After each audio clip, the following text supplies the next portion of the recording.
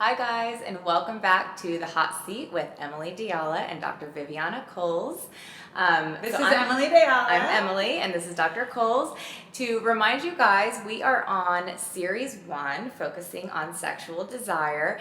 And in the last episode, we talked some about the differences between male and female sexual desire. And in today's episode, we're going to peel back another layer and go a little more in depth to look at what we see more specifically with our clients, what questions they're asking when they call in, the problems that they're having with their desire discrepancy. So just as a recap, we consider desire discrepancy the idea that you will have a partner who has a lower sexual desire than the other partner, and just that difference is considered the desire discrepancy. So we're going to have some people who have really large desire discrepancies and others who have smaller ones, but either way, the people that are coming to see us are having trouble navigating that difference. Today, I think one of the things we should start off with is, when does it become unmanageable? When does that little difference or that large difference just kind of go over and boil over?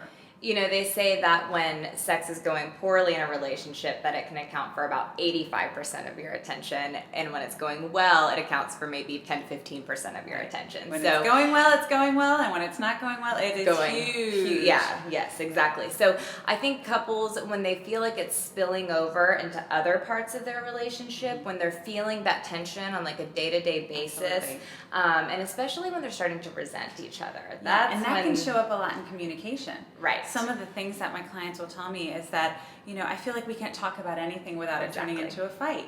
Or I feel like anytime, you know, he wants to kiss me, I feel like it's going to lead to sex, and that gets me, you know, feeling this pressure. So a lot of talk about feeling pressured. And so it's like, and then that just widens the gap even more because there's a complete shutdown at that point. All of a sudden, a simple kiss goodbye or hello is off of the plate. And it can create like a fear reaction that, oh my God, if they lean over to kiss me, they're gonna want sex. And so they'll pull back, and then again, the gap really widens. Or I really want to sit next to them on the couch because I want my feet rubbed, but I know that that always leads towards something else, and I don't want to give them the wrong idea, so I'm just not gonna sit next to them on the couch anymore.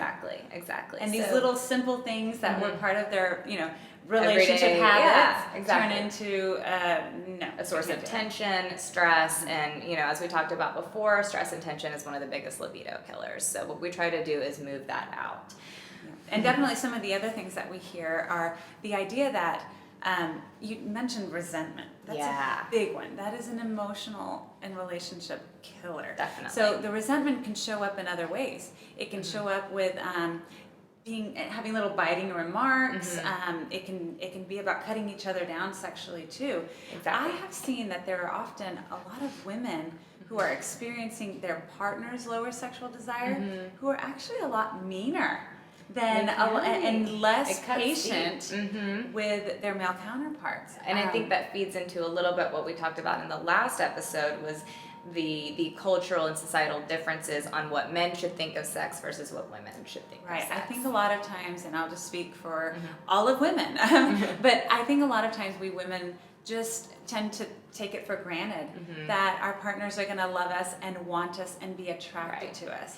The other thing I notice a lot is that when someone in a relationship is rejected consistently for sex, eventually they'll stop trying.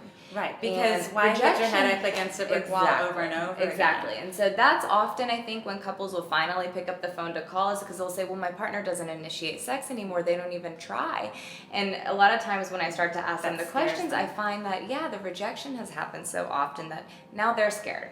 Well, and it may not come from a conscious place. They may not decide, I'm going to actively reject my partner to show them a lesson and show them how it feels. No. It comes from a place of, hey, if I don't want to be frustrated all the time and gain more and more resentment towards my partner, then I'm going to back off and try to take care of my needs, and sometimes even stifle them, and that can turn into long-term sexual dysfunction, which I'm sure we'll talk about in another series. Exactly.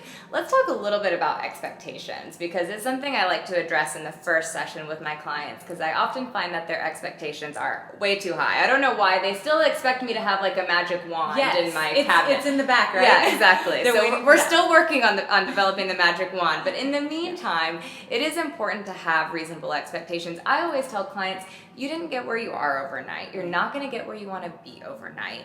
As we mentioned before, desire is complicated, so it is important to take a look. Factors. There are so many different And when factors. we talk about these expectations, we're talking specifically about your expectations for coming into therapy, resolving these issues. And I do think, if we can speak freely here, which I think we can, sometimes they do expect an overnight change. Oh, they do. And I say, look, if there was an overnight change, there'd be a book written about it and I'd be out of business by now. Exactly. We wouldn't be seeing couples. Right. But I think that one thing that we will do, especially during that first session, is ask them about what they've already done. Yeah. Because if you've already tried certain things, we're not necessarily going to ask you to do the same thing again the exact same way. We'll also find out where your strengths are in that point. Because you've probably tried things for years now. Exactly. We want to make sure that we're not going to go down that same route. We want to get you to a different place faster so that y'all can gain a lot of confidence in yourselves as a couple to overcome these issues. So it's definitely a collaborative process. Definitely collaborative. And I would say if you're listening and you feel like you're identifying with some of the things that we're talking about today, don't wait another year to pick up the phone and call, because that's when couples, the longer you wait, the harder it is to overcome the issue. Sometimes we have couples that come in within a few months of being married. We have couples who come in within 20 years of being married, and it does make a big difference. So today we're going to challenge you. We've got the hashtag hot seat. Your new challenge is to let us know what the most fun non-sexual foreplay is for you. Non-sexual. So my favorite non-sexual, I'll say that again. My favorite non-sexual foreplay is ... Fill in the blank. And give us the hashtag hot seat, and we'll take a look at it and share some really exciting ideas that y'all have as viewers. And we'll see you in another episode. Thanks for joining us.